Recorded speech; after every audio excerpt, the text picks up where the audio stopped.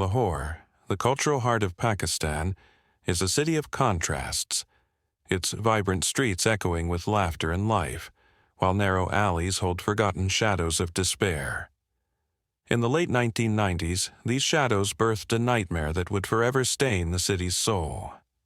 His name was Javed Iqbal, a man who became a monstrous figure, one whose crimes shocked an entire nation and left a chilling mark on the world's consciousness. His reign of terror was marked by a series of brutal, calculated killings, murders that left a trail of mutilated innocence and broken trust.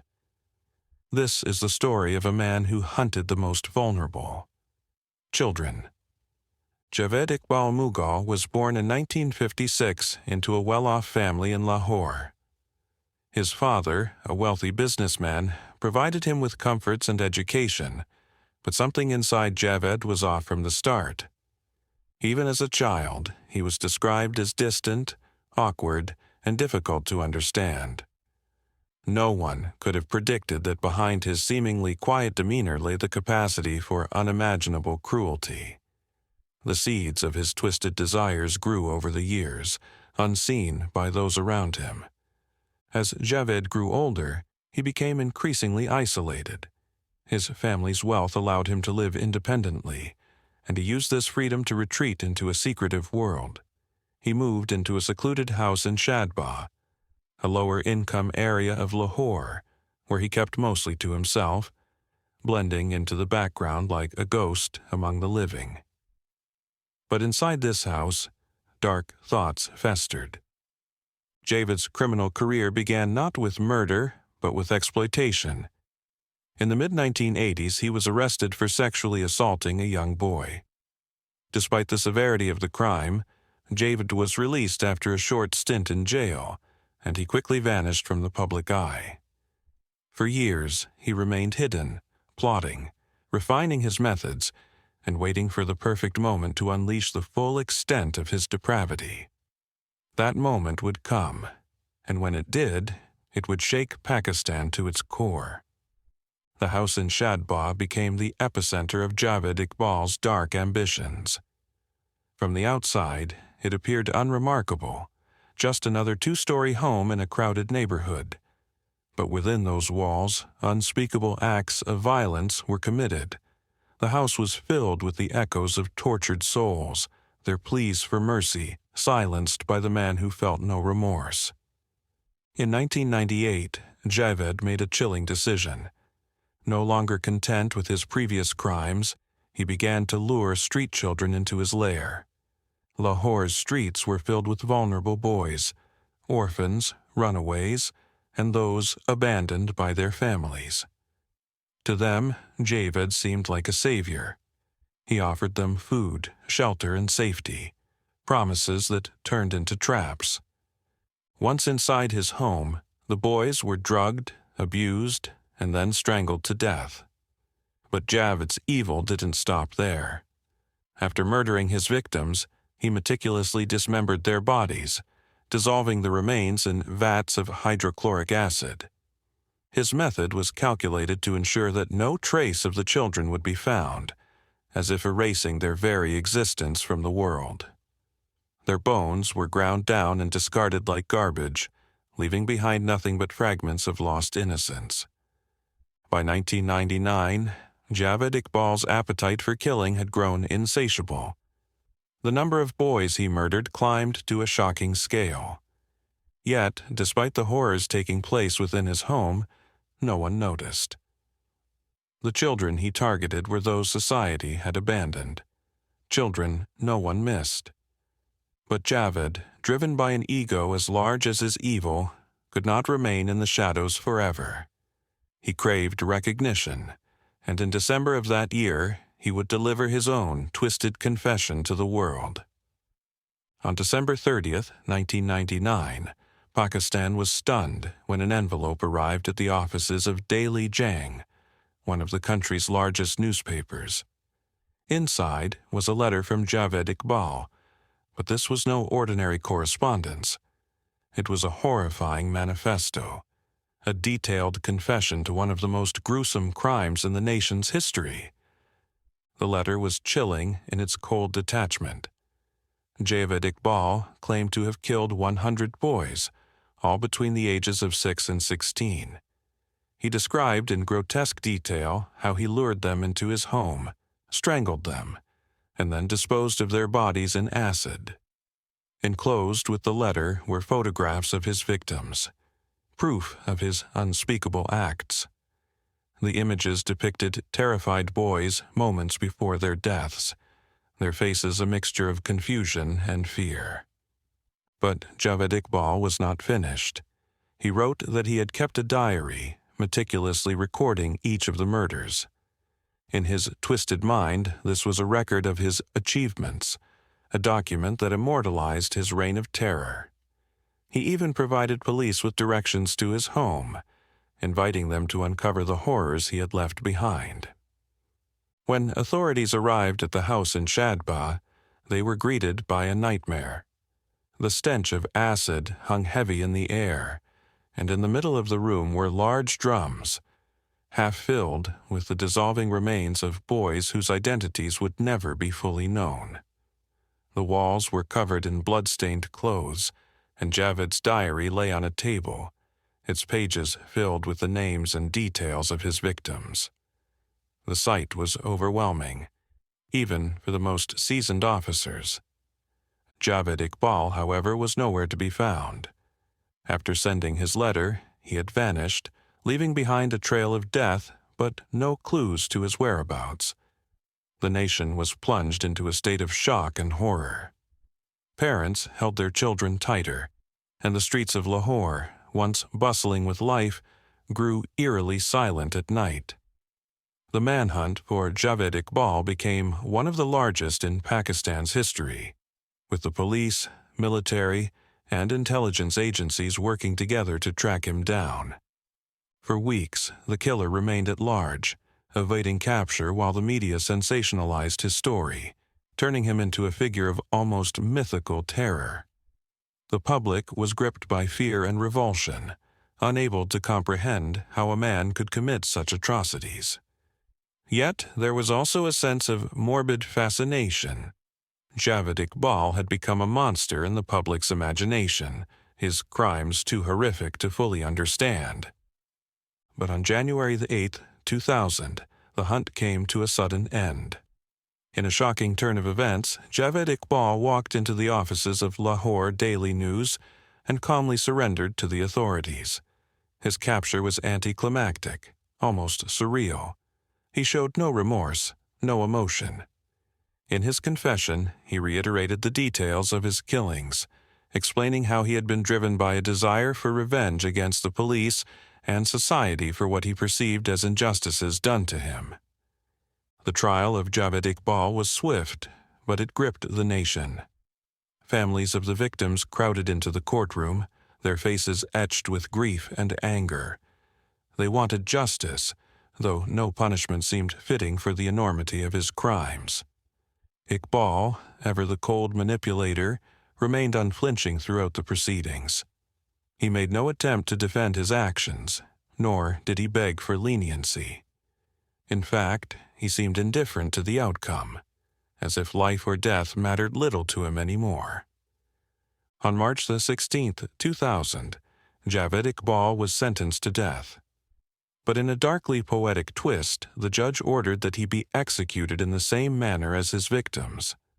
The court ruled that he should be strangled to death, his body dismembered, and then dissolved in acid. It was an unprecedented sentence, designed to reflect the horror of his crimes. However, many doubted that such a punishment would ever be carried out. As the nation waited for justice to be served, a final macabre chapter to this story unfolded. On October 8, 2001, Javed Iqbal was found dead in his prison cell, having allegedly hanged himself. Alongside him was another inmate, also dead, in what was ruled a suicide pact.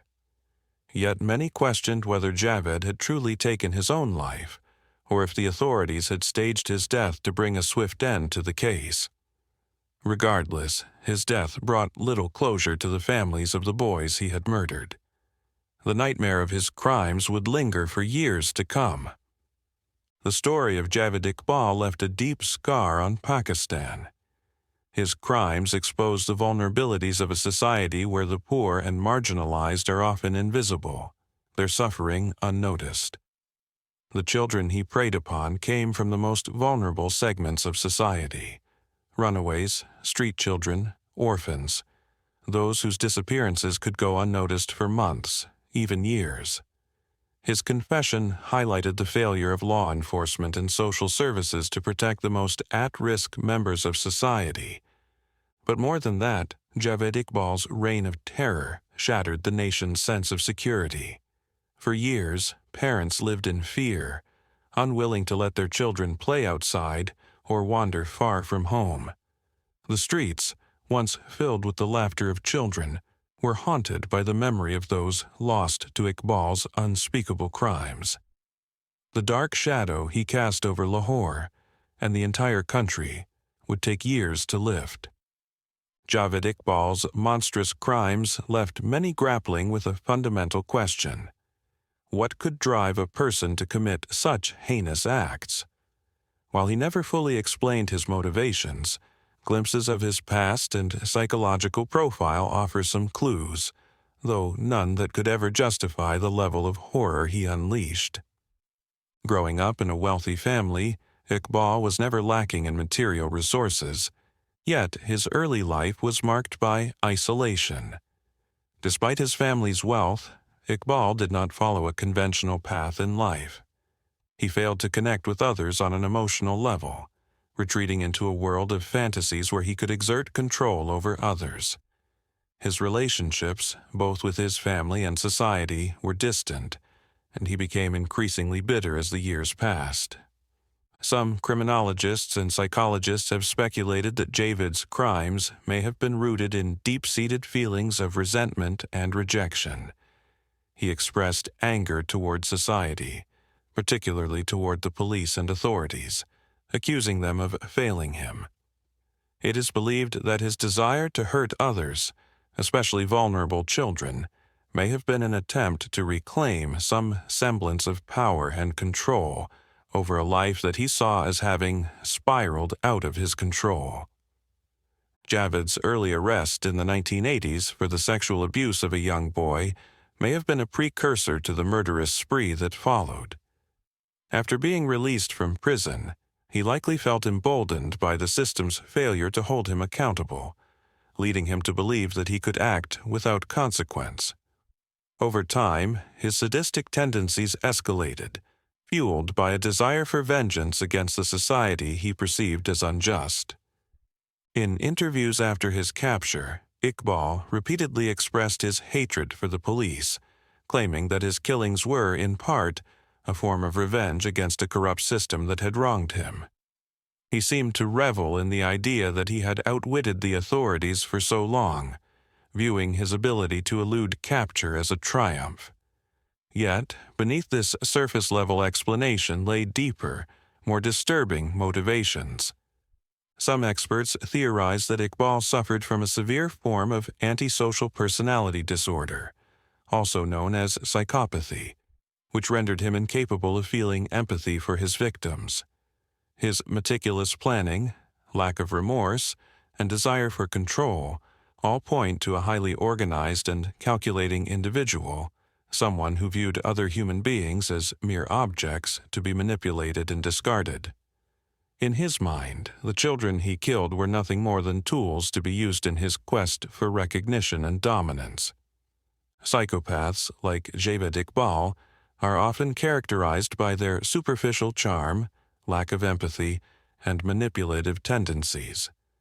They are skilled at concealing their true nature, presenting a facade of normalcy to the outside world while harboring dark, violent impulses. In Iqbal's case, his outward appearance, a wealthy, educated man living in a respectable neighborhood, helped him avoid suspicion for years. He was able to lure children into his home precisely because he didn't fit the typical profile of a street criminal. Once inside his lair, the true Javed Iqbal emerged. His meticulous documentation of the murders, along with his letter to the media, suggests that he derived pleasure not only from the act of killing, but also from the control and notoriety it brought him. Like many serial killers, Iqbal seemed to view his crimes as a form of performance, something to be recorded, remembered, and, most disturbingly, admired. In his confession, he made it clear that he wanted the world to know what he had done, as if his acts of brutality were his ultimate legacy. The fact that Iqbal kept a diary detailing each of his murders is particularly chilling. This record was not simply a list of names. It was a methodical, almost scientific log of his crimes, with each entry providing insight into his detached, calculating mind. He recorded the dates, times, and methods used for each killing, as though the lives he extinguished were part of a twisted experiment. His obsession with documenting his crimes is a common trait among psychopaths, who often view their victims as trophies or conquests. Even in his final confession, Javed Iqbal showed no remorse. His words were cold and detached, as if he were discussing a business transaction rather than the murder of 100 innocent children. To him, these boys were disposable, their lives meaningless in comparison to his own desires. This level of dehumanization is a hallmark of psychopathy, where the killer sees others not as individuals but as objects to be used and discarded. While Javed Iqbal was undoubtedly a singularly evil figure, his crimes also exposed broader societal issues in Pakistan. The children he targeted were often those living on the margins of society: runaways, orphans, and street children with no one to protect them. These children had fallen through the cracks of a system that offered them little in the way of safety or support. Their disappearances went unnoticed for months, even years, because they were seen as invisible, both by their communities and by the authorities. Iqbal's ability to prey on these vulnerable children without raising alarm highlights a stark reality. Many of his victims were from the most impoverished and neglected segments of society. Pakistan, like many countries, struggles with a growing population of street children, many of whom are forced into lives of crime, exploitation, or abuse simply to survive. For these children, Javed Iqbal represented the ultimate predator, a man who offered false promises of security only to exploit their desperation. The failures of law enforcement also played a role in the tragedy. Iqbal's earlier arrest for child sexual abuse should have been a red flag, an indication that he posed a serious threat to the community. Yet, after serving a brief sentence, he was released and allowed to continue his life without any further scrutiny. The lack of follow-up by the authorities allowed him to refine his methods, ultimately enabling him to carry out his deadly plans on a massive scale. Iqbal's crimes also shone a spotlight on the inadequacies of Pakistan's social services. At the time, there were few resources available to support and rehabilitate vulnerable children. Runaways and orphans were often left to fend for themselves on the streets, where they were easy prey for predators like Iqbal. In the aftermath of the case, there was widespread public outcry for reforms to better protect street children and improve oversight of those who might pose a threat to them. The sheer scale of Javed Iqbal's crimes created a sense of collective fear and horror throughout Pakistan. His case gripped the nation in a way that few other criminal cases had, not only because of the number of victims, but also because of the methodical, almost business-like way in which he had carried out his murders. Parents across the country became fearful for their children's safety, and the streets, once bustling with the energy of youth, became quieter as families kept their children close to home. In the months following his capture, the media coverage of Javed Iqbal's case reached a fever pitch. Newspapers printed daily updates, and television programs featured interviews with law enforcement officials, psychologists, and even the families of the victims. The public's fascination with the case was fueled by the morbid details of the crimes: how the children were lured, how their bodies were disposed of, and how Iqbal had managed to evade capture for so long. Yet, beneath this fascination lay a deeper sense of horror, a realization that someone like Javed Iqbal could exist in the very fabric of society.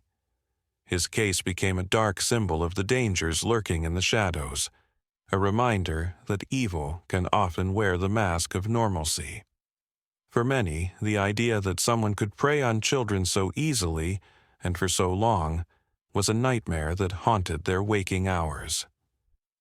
The story of Javed Iqbal is a cautionary tale, one that exposes the dark underbelly of a society that failed to protect its most vulnerable members.